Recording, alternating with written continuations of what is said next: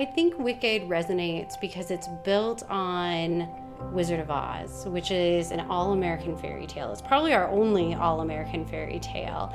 And so the source material we all know about and we love, and we've told and retold the story. The Wiz is a reinterpretation of it, and Wicked is just a modern day interpretation. And I think this goes deeply into evaluating our heroes and our villains, and thinking deeply about what could motivate a villain. Is a villain always a villain? Are there areas of complexity or gray within the telling of the story that allow us to see the characters that we grew up knowing and loving in a different light, in a different way? There's a lot of different things that you have to think about when you're adapting from stage to film. Stage is a really big space. We're designing usually for a proscenium, which is a picture frame, and that changes the way that costumes are designed, the trims that we use, the proportions that we use, how we express silhouette, even hair and makeup. And then when we're switching to do costume or even stage to film, it just changes how and where we want the audience's attention to go. You can focus a lot more on the face, less on the entire ensemble, although you get those sweeping landscapes.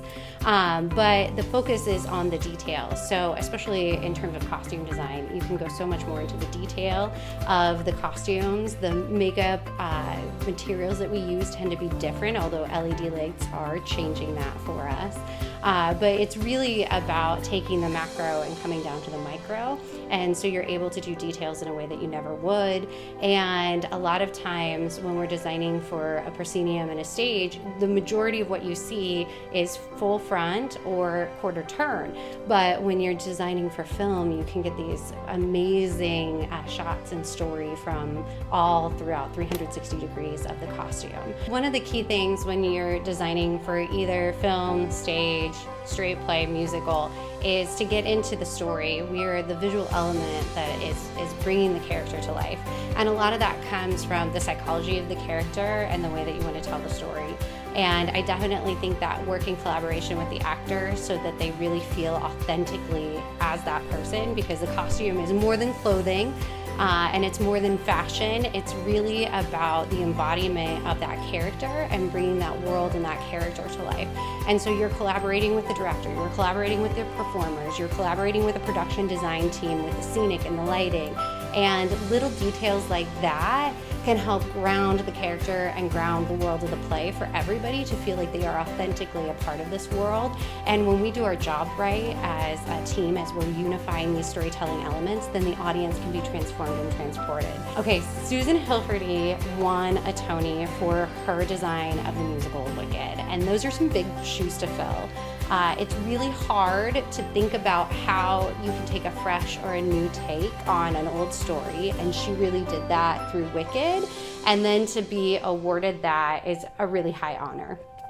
So Paul Tazewell is the one that was hired to design the costumes for the movie, and I'm sure that he started, like all designers, looking at the script and thinking about the story that he wanted to tell. We're not allowed to just replicate designs from before, but now that that design has been heralded and shown in textbooks and everybody has seen it in the touring and on Broadway, we still have to pay honor to that was the visual expectation that an audience has coming into seeing this Wicked.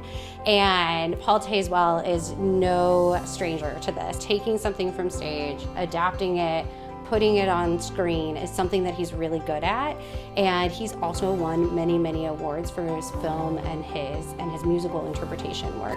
So I'm sure he is thinking about the expectations that were set by the productions before him and thinking, how can I up the ante? How can I go one step further? How can I go into these characters and tell this story just a little bit more and honor the actors and the performers that I'm working with to make sure that they feel elevated and safe in this world. Central to the story is the relationship between Glinda and Elphaba, and I expect that we're going to see that and maybe a little more clearly on the film just because of the closeness of the camera to the performers. I think the story lends itself really well to film, and I think, again, those little intimate micro moments are going to be wonderful. I also love the way that they have been able to use the performers to do their own stunts. and to be able to do the live singing through it. I think that a lot of that is going to help the authenticity of translating this from stage into the screen. And I'm really looking forward to that. Like, I think this is going to be a very authentic version and movie adaptation. I don't think that there's going to be much to criticize. I think they've done a really good job of rooting themselves in the story, keeping the true vision of the original musical and of the book about these two women and their relationship at the center and at the core. And I think we're going to see some lovely performances. We're just in for a visual feast for our eyes.